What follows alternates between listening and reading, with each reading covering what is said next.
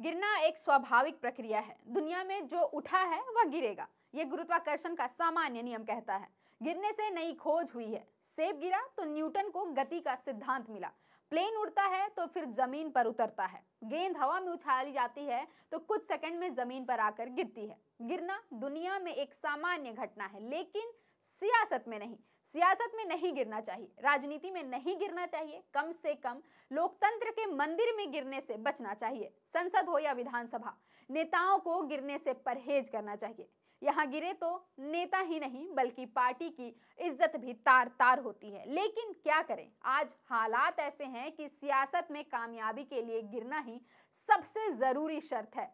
नहीं गिरे तो सियासत कैसे होगी? सियासत में गिरना पड़ता है। मंच पर, भाषणों में, चरित्र से हर जगह गिरना पड़ता है। लेकिन कम से कम सदन को बख्श देना चाहिए। कम से कम यहाँ तो उम्मीद कर सकते हैं कि माननीय नहीं गिरेंगे, लेकिन माननीय यहाँ भी गिरते हैं। कभी सांसद गिरते हैं, कभी विधायक गिरते हैं, कभी कोई मंत्री तो कभी मुख्यमंत्री गिरता है। सदन के भीतर गिरना दुखद है।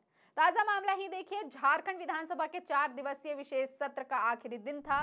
सदन में लिट्टीपाड़ा से झामुमो विधायक हेमलाल मुर्मू बोल रहे थे। हेमलाल मुर्मू नाम तो सुना होगा, संसदीय परंपरा के पुराने खिलाड़ी हैं, सांसद रहे हैं, कई बार विधायक बने, मंत्री रह चुके हैं, भली भांति जानते हैं कि सदन के भीतर क्या उचित है और क्या अनुचित। यह भी जानते होंगे कि चुनावी राजनीति में गिरना वक्त की जरूरत है। भाषणों में, वादों में, इरादों में, सब में गिरना अलाउड है, लेकिन सदन के भीतर नहीं गिरना चाहिए।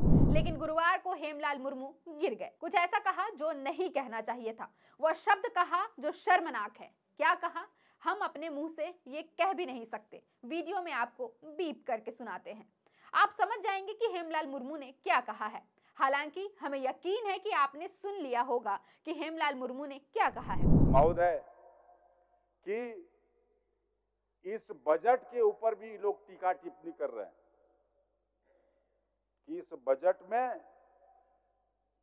बजट को ये सरकार जनता के बीच लागू नहीं कर पाएगी और ये बीच में ही सरकार बम बोल देगी। हम आपको ये कहना चाहते हैं, बाबूलाल जी, चंपै जी, ये विश्वास दिलाना चाहते हैं, आप अपने गाल को बजाना बंद कर दीजिए और में हल्दी लगा करके बाबरची बनना भी बंद कर दीजिए। हेमलाल मुर्मू ने जो कहा वह न केवल असंसदीय शब्द है बल्कि फूहड़ भी है। सदन के भीतर बोलने लायक तो बिल्कुल भी नहीं है। हेमलाल मुर्मू राज्य के 2 पूर्व मुख्यमंत्रियों पर टिप्पणी कर रहे थे। पहले बाबूलाल मरांडी और फिर चंपई सोरेन का नाम लेकर हेमलाल मुर्मू ने गाल बजाने और हल्दी बावर्ची जैसा कुछ कहा। इन शब्दों के बीच जो एक शब्द पिरोया, इस पर घनी आपत्ति है। वह शब्द फूहड़ है, अश्लील है, शर्मनाक है। हेमलाल मुर्मू ने 2 पूर्व मुख्यमंत्रियों पर तो आपत्तिजनक टिप्पणी की है। यह बात उस सदन के भीतर कही है जहां 12 महिला विधायक हैं। हेमलाल मुर्मू कोई नए नवेले नेता नहीं है। अखबारों ने लिखा कि हेमलाल मुर्मू की जुबान फिसल गई। हम नहीं मानते, कोई नहीं मानेगा कि यह जुबान फिसलने का मामला था। हेमलाल मुर्मू ने जो कहा, होशो हवाश में कहा। बस इतना है कि वह फ्रस्ट्रेशन में बोले। उनको चंपई सोरेन और बाबूलाल मरांडी द्वारा सरकार की आलोचना बर्दाश्त नहीं हुई। चलिए, सरकार में है, शायद बर्दाश्त नहीं भी होगी, लेकिन विरोध का एक तरीका होगा जो संसदीय होना चाहिए।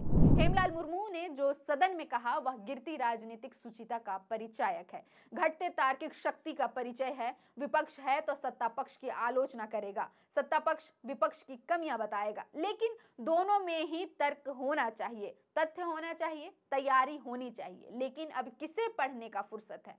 आज चिल्लाना ही काबिलियत है। कौन किसे कितना लताड़ सकता है, यही बुद्धिजीविता है। ऐसे में कौन पढ़ेगा? क्यों तैयारी करना है? और जब कहने को तर्क नहीं होगा, आलोचना को माकूल तथ्यात्मक शब्दों की जगह उन्हीं शब्दों से नवाजा जाएगा जो कि हेमलाल मुर्मू ने कहा। हेमलाल मुर्मू ने जो कहा वह तो शर्मनाक है ही। उससे भी दुर्भाग्यपूर्ण बात है कि उनके आसपास बैठे माननीय सदस्य उस शब्द के उच्चारण पर हैरान होने की जगह शर्माते, सकुचाते और मुस्कुराते नजर आए। कहना शायद आपत्तिजनक हो जाएगा, लेकिन विधानसभा स्पीकर ने भी हेमलाल मुर्मू को तुरंत नहीं टोका।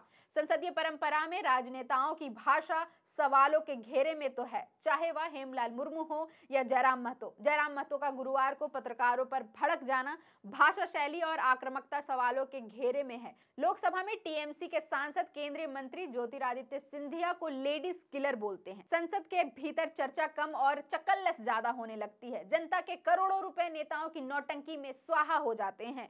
भाषा गिर रही है, चरित्र गिर रहा है, व्यवस्था गिर रही है, गिरना जारी है। फिलहाल के लिए इतना ही। मेरा नाम है अवंतिका और आप देख रहे थे द फोर्थ पिलर।